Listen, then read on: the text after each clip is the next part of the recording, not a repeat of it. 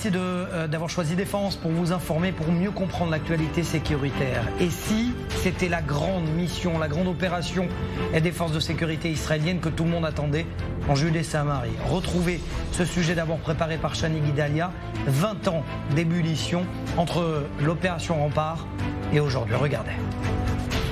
Jenin, Naplouse, Ramallah, Hébron. Depuis plus de 20 ans, la Cisjordanie bouillonne. En pleine seconde intifada, Tsahal lance une opération à grande échelle, l'opération Rempart. Objectif principal, frapper les infrastructures terroristes palestiniennes, les réseaux du Hamas, du djihad islamique palestinien et des brigades des martyrs d'Al-Aqsa, et stopper la vague d'attentats suicides. L'un des principaux éléments déclencheurs est l'attentat à l'hôtel Park de Netanya, revendiqué par le Hamas. Un bilan lourd, 30 civils israéliens tués et une centaine blessés. L'opération Rempart dure près d'un mois et se concentre sur les villes de Naplouse, Ramallah, Jenin et Bethléem. Elle a permis d'affaiblir considérablement les capacités opérationnelles des groupes terroristes et de déjouer un nombre important d'attentats. Plus de 20 ans après et en 3 jours seulement, Israël mène une opération d'envergure à Jenin, l'opération Beit Vagan. Le 3 juillet 2023, vers 1h du matin, l'opération est lancée avec pour but de détruire les infrastructures militaires des groupes terroristes, les tunnels, les caches d'armes et d'explosifs. Les forces israéliennes entrent alors dans le camp palestinien appuyées par des véhicules blindés. L'armée utilise des drones et des hélicoptères pour identifier et cibler les positions des terroristes. Le lendemain, des combats intenses se déroulent dans plusieurs quartiers de la ville. L'armée israélienne découvre et détruit des tunnels et des ateliers de fabrication d'explosifs. De nombreux terroristes sont tués ou arrêtés. Dans la soirée, Tsahal annonce avoir atteint la plupart de ses objectifs. Au 3e jour de l'opération, les forces israéliennes se retirent du camp de Jenin. Au total, plus de 90 infrastructures terroristes ont été détruites, plus de 200 terroristes arrêtés, une dizaine d'autres tués. Côté israélien, l'opération a fait plusieurs blessés et un mort. Le sergent-chef David Yehuda Yitzhak de l'unité Egoz, tué par un tir ami après une erreur d'identification. Qu'il s'agisse de Jenin ou d'autres camps palestiniens, ces territoires sont considérés comme des bastions des groupes terroristes qui les utilisent comme base pour préparer leurs attaques, ce qui en fait une priorité pour les opérations antiterroristes de Tsahal. En effet, au cours du mois précédent l'opération Beit Vagan, des cellules terroristes palestiniennes ont mené plus d'une 50aine d'attentats à l'arme à feu. Ancien commandant d'une cellule au sein des Mista Aravim, les infiltrés. Bonjour, bonsoir Oren Orbitou, merci d'être avec nous. Je vous ai demandé, bien évidemment, parce que lorsque ça se passe en Judée-Samarie, vous êtes l'un des mieux placés pour le comprendre. D'abord, est-ce qu'on est revenu à une deuxième intifada?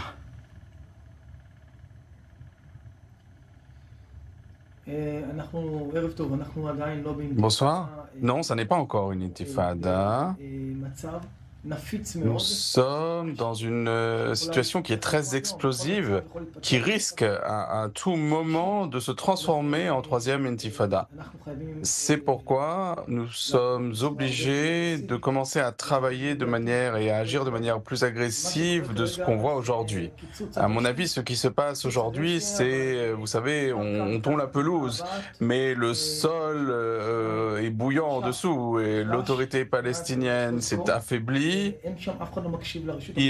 Personne n'obéit à l'autorité palestinienne. Je pense au contraire que l'autorité palestinienne coopère avec les terroristes. Lorsque vous dites opérer plus agressivement, ça veut dire que pour vous, c'est déjà trop tard. Il aurait fallu opérer avant, dès le 7 octobre?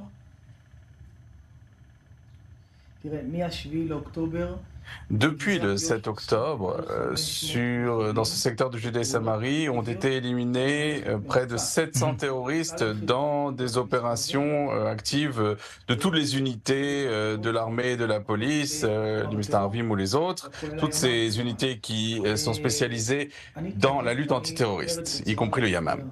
Ce que je dis, et je le dis clairement, nous n'avons pas le droit de nous endormir sur nos lauriers. C'est-à-dire, il faut faire une opération globale et faire une cantonisation, c'est-à-dire couper les secteurs pour couper les racines de ce terrorisme. On ne peut pas accepter qu'il y ait des cellules terroristes dans les régions de Jenin, de Tulkarem, comme dans des camps de réfugiés de Nour al-Sham, d'Askar. Il est inacceptable qu'il y ait autant de terroristes. Lorsque j'étais dans l'armée pendant la première intifada, il y avait des terroristes, mais il y avait une décision de lutter en permanence. D'après mon sentiment et ce que j'entends, le gouvernement n'a pas encore pris véritablement de décision quant à la manière d'agir en Judée-Samarie. Vous pensez que c'est le problème, il est là? S'il n'y a pas de stratégie, donc l'armée ou les forces de sécurité ne peuvent pas agir? Oui, c'est évident. Il n'y a pas de véritable stratégie. Nous avons un ennemi supplémentaire dont on parle peu, c'est l'autorité palestinienne. Parce qu'il y a des hommes de l'autorité palestinienne qui ont participé au combat lors du 7 octobre. Donc on ne peut pas renforcer d'un côté l'autorité palestinienne lorsque cette autorité agit contre vous. C'est encore une fois une conception dans laquelle on est plongé et il faut comprendre qu'on a un ennemi qu'il faut combattre de toutes nos forces et ne pas faire des opérations de 24 heures, de 48 heures. C'est quelque chose de très provisoire. Oren Orbitoun, expliquez-nous pourquoi c'est dangereux. Pourquoi les combats à l'intérieur de Jenin, de Naplouse, de Nour al-Shams, de Toubas sont dangereux?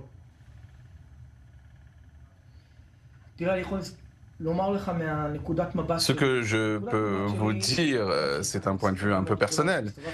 Je sais que lorsque j'étais dans ces camps de réfugiés, aussi bien à Jenin, à Naplouse, à Kalkalia, à Hébron, à Bethléem, à Jéricho, des villes dont on ne parle pas forcément, mais il y a des endroits qui sont très dangereux, surtout lorsqu'on parle des camps de réfugiés. C'est un terrain très densément peuplé, tout le monde se connaît.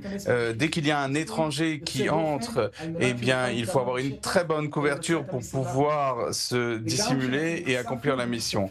Et même lorsqu'on découvre notre identité, c'est-à-dire on ouvre le feu par exemple, eh bien, on sait que pour sortir de ces camps de réfugiés, c'est presque impossible. Bien sûr qu'on peut le faire, mais notre objectif, c'est aussi de ne pas faire des victimes innocentes.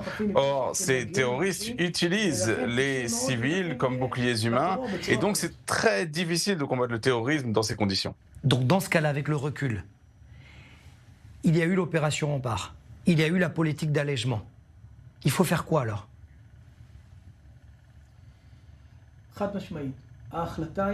Ce qui est évident, c'est que ce sont les décideurs qui doivent prendre ce type de décision. C'est l'État, c'est le cabinet restreint de sécurité, Tzal, le Shabak, les services de sécurité, la police savent faire leur travail. Et je parle plus particulièrement des opérations à venir. Je pense qu'il faut utiliser aussi la technologie de l'armée de l'air pour avoir une vue aérienne. Et à partir du moment où l'État décidera de ce qu'il faut faire sur ce front de Judée-Samarie. Est-ce qu'on veut vraiment éradiquer le terrorisme ou est-ce qu'on veut juste retarder les choses? Si on veut éradiquer le terrorisme, il faut agir de manière bien plus agressive que lors de l'opération Rempart et faire le travail qui est nécessaire. Ce qui se passe, si on continue comme ça, on va voir un 7 octobre à Netanya, à Kfar Saba, à Foula. Ça n'est pas loin, on risque de se retrouver dans une telle situation. Alors, je fais partie d'un groupe d'intervention rapide dans la région du Sharon. Alors, nous nous préparons, nous sommes prêts, nous travaillons en coopération avec la police, mais on n'a pas à attendre que eux nous attaquent. L'État d'Israël doit prendre la décision d'éradiquer le terrorisme qui existe. C'est une situation explosive et si on n'agit pas, ce sera trop tard. Voilà pourquoi j'aime bien vous inviter, puisque le message au moins est clair et il passe. Merci Oren Orbitoun d'avoir été avec nous pour expliquer cette situation. Alors en attendant, on passe d'une situation explosive à une autre. On a appris cette semaine la manière dont le Hezbollah plaçait ses missiles un petit peu de partout, au sud du Liban et même en profondeur de terrain. Regardez ce sujet, on en parle juste après. Roquettes, missiles de précision, anti-navires, anti-chars, le Hezbollah dispose d'un arsenal élaboré dispersé aux quatre coins du Liban. dans le district de Baalbek, la région de Beyrouth, la plaine de la Bekaa et le sud du pays. Ce dimanche, une quarantaine de sites ont été attaqués dans ces régions lors de la frappe préventive de l'armée de l'air qui a largement porté atteinte à son arsenal. Cependant, selon l'Institut INSS, le Hezbollah disposerait toujours de 150 000 à 200 000 missiles de différentes portées. L'Institut israélien Alma, en revanche, estime cet arsenal à 75 000 missiles, dont certains peuvent atteindre le sud d'Israël. Le Hezbollah conserverait ainsi dans le district de Baalbek des missiles sol-sol et sol-air de différentes portées. Le Hezbollah détient également le Khubeiza, un missile sol-sol iranien avec une portée allant jusqu'à 1300 km. Le Hezbollah le conserverait à Baalbek où se trouve le centre opérationnel et logistique de l'organisation terroriste. Dans la région de Beyrouth et le sud du Liban, le Hezbollah dispose de différents missiles, tels que le missile Fatah, avec une portée allant jusqu'à 300 km. Les missiles anti-aériens et anti-chars du Hezbollah peuvent causer de nombreux dégâts et des pertes humaines.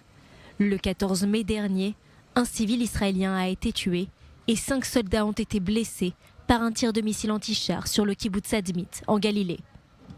En parallèle, le Hezbollah utilise de nombreux drones suicides, principalement de fabrication iranienne. Ces drones sont depuis le début de la guerre le principal défi auquel fait face Israël. La milice chiite a multiplié le recours à ces armes, drones armés et drones suicides, avec lesquels elle vise les forces de Tsahal et les sites israéliens stratégiques. Ces appareils menacent particulièrement l'armée israélienne, qui a encore du mal à les intercepter. Se déplaçant à vitesse réduite et basse altitude, ils échappent au radar et connaissent les points faibles du système de défense israélien. Ces derniers mois, leur utilisation s'est accélérée, leur force de nuisance est de plus en plus importante. Certains sont même équipés de caméras, fournissant de précieuses informations au Hezbollah. Et qui de mieux pour répondre à ces questions que général de brigade Hanan Geffen, ancien commandant de l'unité 8200, merci d'être avec nous. Combien de temps il faut pour construire et reconstruire un puzzle ?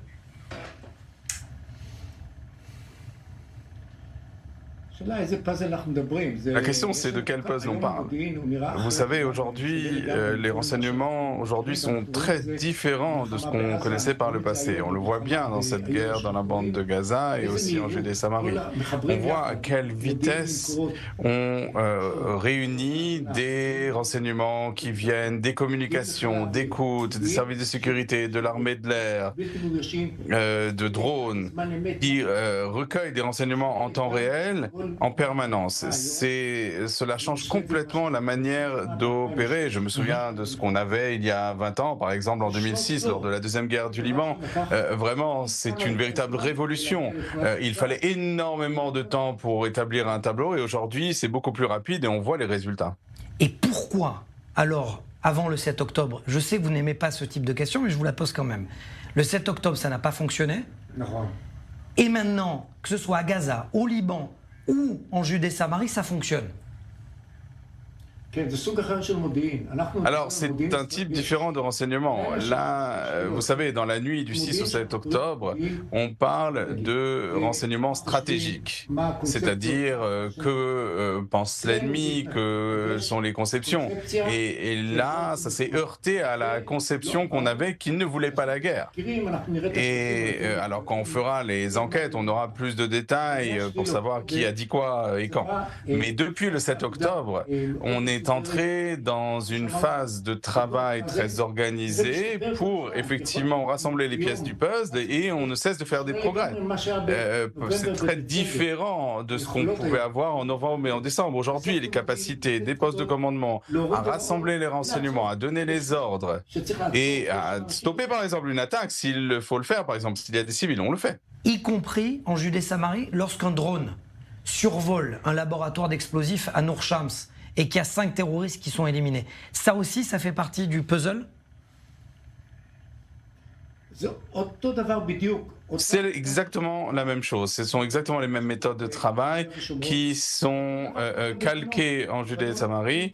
C'est la même chose aussi au Liban, c'est-à-dire qu'en permanence, on suit tous les mouvements qu'il peut y avoir au sud du fleuve Litani, au nord. Lorsqu'il y a un homme du Hezbollah qui entre dans une maison, on sait exactement l'éliminer. Hassan Nasrallah, voilà, on sait exactement, il sait exactement. On ne tire pas avant qu'il n'y ait pas de civils. Enfin, ce sont exactement les méthodes. Et c'est très différent de ce qu'on faisait. Je pense que le monde entier va venir en Israël pour étudier ce qui se fait après ce traumatisme terrible du 7 octobre. Depuis le 7 octobre, il y a une chose phénoménale qui se déroule. Hanan Geffen, tout ça c'est bien. Moi, ce qui me dérange, c'est que si Tsahal savait que le Hezbollah, par exemple, avait des rampes de lancement capables d'atteindre Tel Aviv, Pilililot, la Kiria, le QG de la Défense, pourquoi avoir attendu 11 mois pour les frapper ?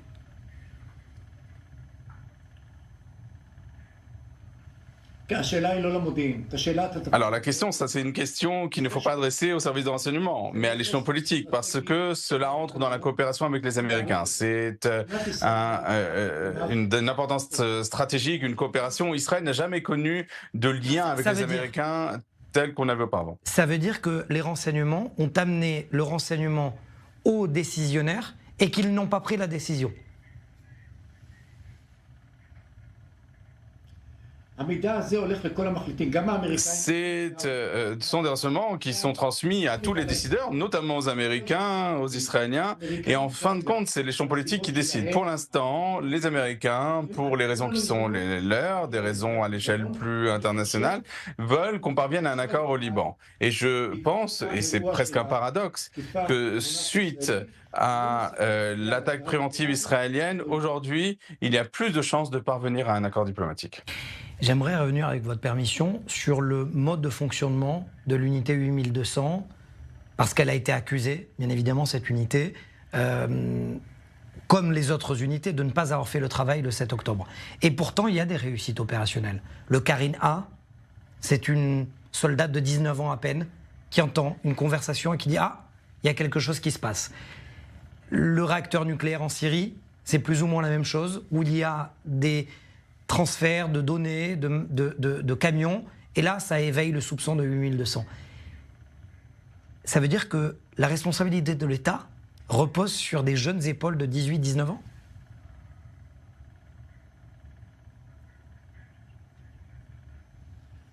Oui, effectivement, ceux qui font le travail, ce sont des soldates qui ont 18, 19, 20 ans parfois. Les officiers ont parfois 22 ans. C'est le cœur du métier, ils sont dévoués, ils travaillent 24 heures sur 24. Je peux vous le dire d'expérience, quand des gens viennent des États-Unis, des gens qui ont 40, 50 ans et qui voient ces jeunes, ils nous demandent « mais comment est-ce que vous arrivez ?» puisqu'il y a aussi un roulement. Comment est-ce que vous parvenez à faire ça avec ces équipes aussi jeunes?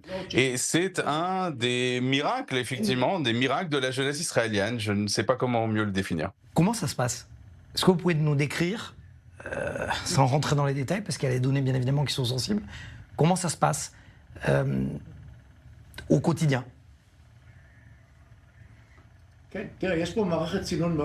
Alors, il y a un système de filtrage avec des profils très précis. On cherche des gens qui peuvent travailler en équipe, d'autres qui ne peuvent pas travailler en équipe mais qui ont des capacités. Donc, on sélectionne les soldats pour l'unité 8200, pour les renseignements, et on choisit les meilleurs. Ce sont vraiment des gens qui ensuite entrent dans le monde universitaire, dans l'UI-Tech, et ce sont eux qui doivent apprendre aussi. Voilà, il faut comprendre, ça n'est pas que de la technologie, il faut comprendre les sources. Je prends un exemple hypothétique. Par exemple, il faut savoir quand Yahya Sinwar se lève le matin, va se coucher.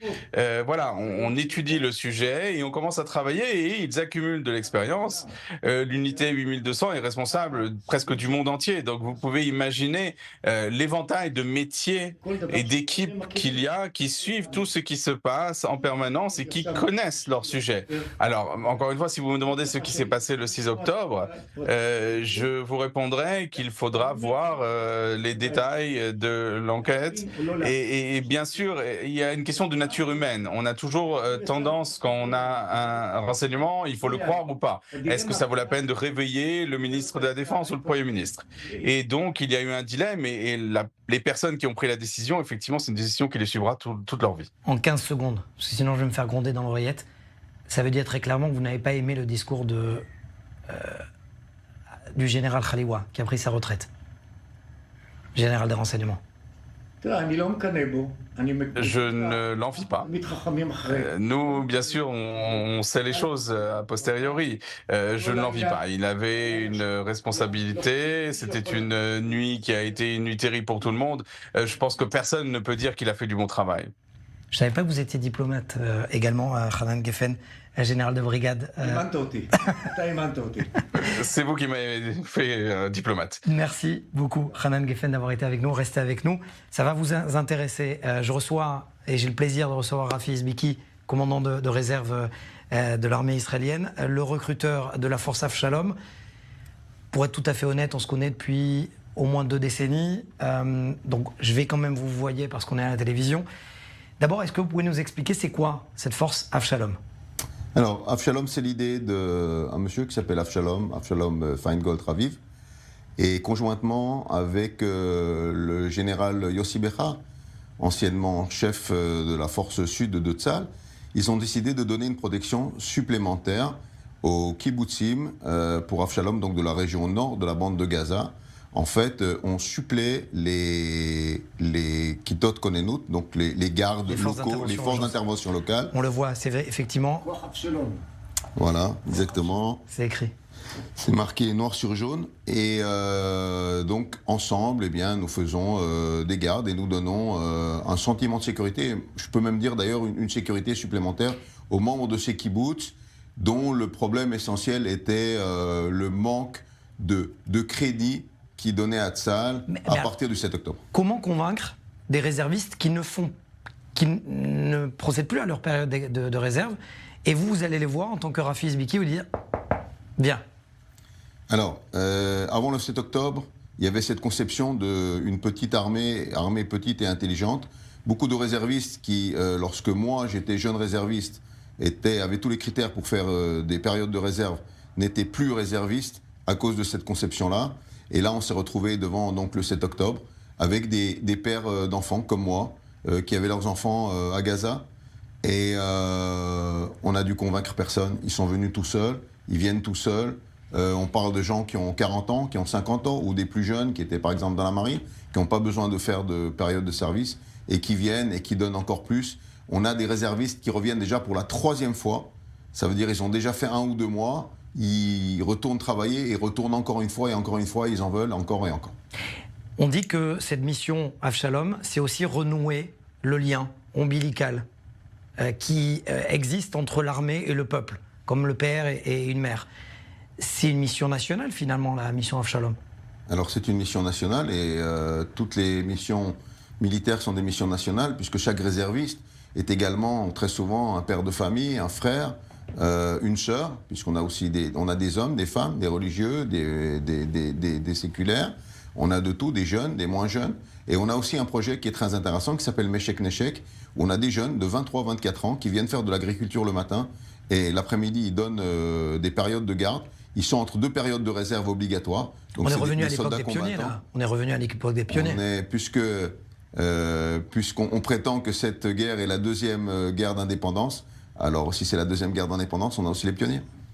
Est-ce que vous pouvez regarder droit dans les yeux les habitants qui sont revenus habiter dans les kibbutzim, dans les moshavim, dans les villages, et leur dire « je serai là ». Si jamais il y a un 2e 7 octobre, je serai là.